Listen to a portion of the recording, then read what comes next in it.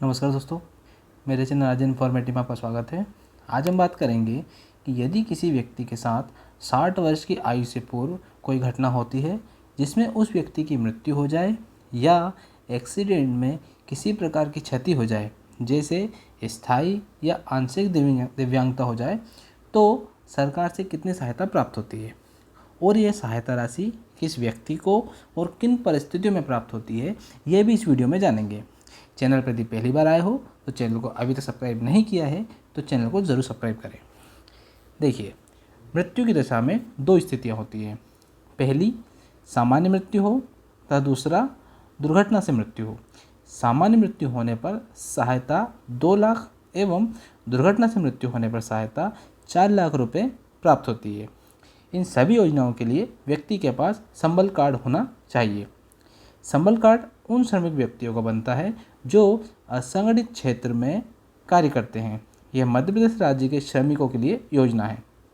संबल card बनता कैसे है, उसके लिए ऑलरेडी एक वीडियो मेरे चैनल पर उपलब्ध है। उसकी लिंक वीडियो के डिस्क्रिप्शन में आपको मिल जाएगी। ये चैनल को सब्सक्राइब करके बाद में आप देख सकते हैं।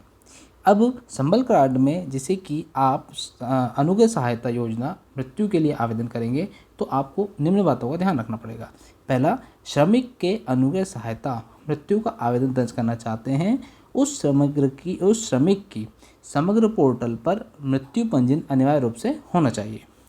सेकंड, अनुग्रह सहायता मृत्यु आवेदन में श्रमिक के परिवार के जिस सदस्य को अनुग्रह सहायता की राशि हेतु आवेदक बनाना चाहते हैं, उस सदस्य का समग्र पोर्टल पर आधार KYC होना चाहिए तथा सदस्य के बैंक खाते में DBT की सुविधा चालू होनी चाहिए। DBT मतलब डायरेक्ट बेनिफिट ट्रांसफ़र। इसका मतलब ये है कि जो समय जिसकी मृत्यु हुई है उसके घर का कोई भी सदस्य जो है आवेदक बन सकता है। उसके लिए कंडीशन है कि उसके KYC होना चाहिए और DBT सुविधा होनी चाहिए। और जो आवेदक सदस्य है वह एक प्रायोरिटी में होता है कि सबसे पहले पति या पत्नी या मृतक है उसका पति या पत्नी आवेदक होता है। यदि पति या पत्नी नहीं है तो पुत्र एवं पुत्री आवेदक होता है। यदि पति पत्नी भी नहीं है और पुत्र पुत्रिया भी नहीं है तो माता एवं पिता उसके आवेदक हो सकते हैं। और यदि इनमें से कोई भी नहीं है तो भाई या बहन जो है आवेदक हो सकते हैं। आगे बात करते हैं कि किन कंडीशन ऐसी है जो अपात्र हो जाएंगे, मतलब कि योजना का लाभ नहीं मिलेगा। यदि मृतक श्रमिक की मृत्यु दिनांक को आयु 60 वर्ष से अधिक है तो आवेदक को अनुग्रह राशि की पात्रता नहीं होगी। यदि मृतक श्रमिक की मृत्यु आत्महत्या या मादक द्रव्य जहरीले पदार्थों के सेवन की वजह से हुई है तो भी अनुग्रह राशि की पात्रता नहीं होगी। थर्ड है, राजस्व पुस्तिका परिपत्र RBC गणना का 6.4 के अंतर्गत वर्णित परिस्थिति में मृत्यु होने पर। इसका मतलब ये है कि ये जो परिस्थितियां हैं अब इस कंडीशन में जो है संबल योजना अंतर्गत लाभदेय नहीं होगा। क्या क्या स्थितियाँ हैं? प्राकृतिक आपदा, तूफान, भूकंप, बाढ़, अतिवृष्टि, ओलावृष्टि, भूस्खलन, आकाशीय बिजली गिरने, मकान या खलिहान में आग लगने से, पानी में डूबने से, बस के नदी या जलाशय में गिरने से, नाव दुर्घटना से, सर्प, गहरे या अन्य जहरीले जंतु काटने से अगर मृत्यु होती है तो ये जो है इसका लाभ आपको नहीं प्राप्त हो जाएगा।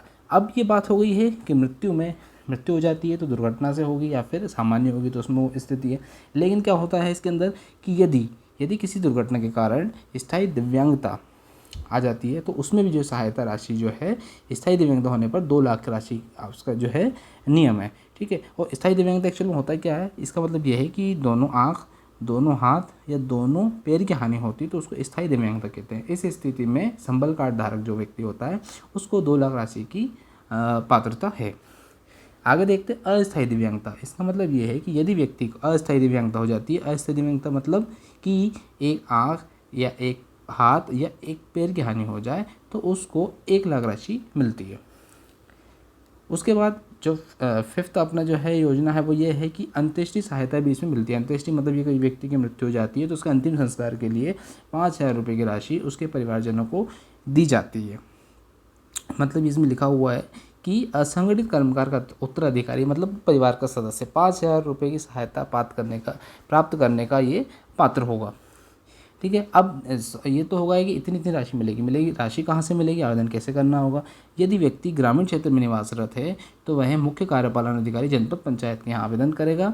और यदि व्यक्ति शहरी क्षेत्र में या तो नगर निगम में है तो आयुक्त को, और अगर नगर पालिका या नगर परिषद में अगर रहता है तो वह मुख्य नगर पालिका अधिकारी के यहाँ जो है आवेदन प्रस्तुत करेगा।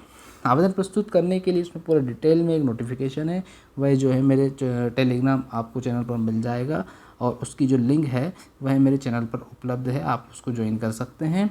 और उसके अलावा यदि आपको ये वीडियो अच्छा लगा हो, वीडियो को लाइक कीजिएगा, चैनल को सब्सक्राइब कीजिए और दोस्तों और ज़रूरतमंदों को शेयर कीजिएगा। और यदि कोई क्यूरी होती है तो आप मुझे कमेंट कर सकते हैं। Thanks for watching.